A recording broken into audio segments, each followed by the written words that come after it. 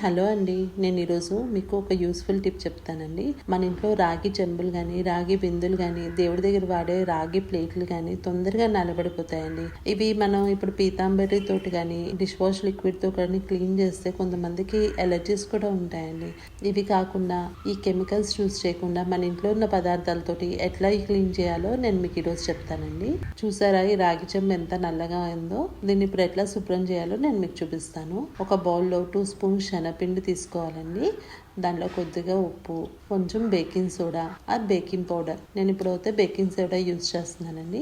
ఇవి తీసుకుని దాంట్లో నిమ్మరసం పిండాలండి. ఇదంతా బాగా స్మూత్ పేస్ట్ లాగా మిక్స్ చేసుకోవాలి. ఇప్పుడు నేను చూపిస్తున్న విధంగా ఒక లేయర్ లాగా అప్లై చేయాలండి.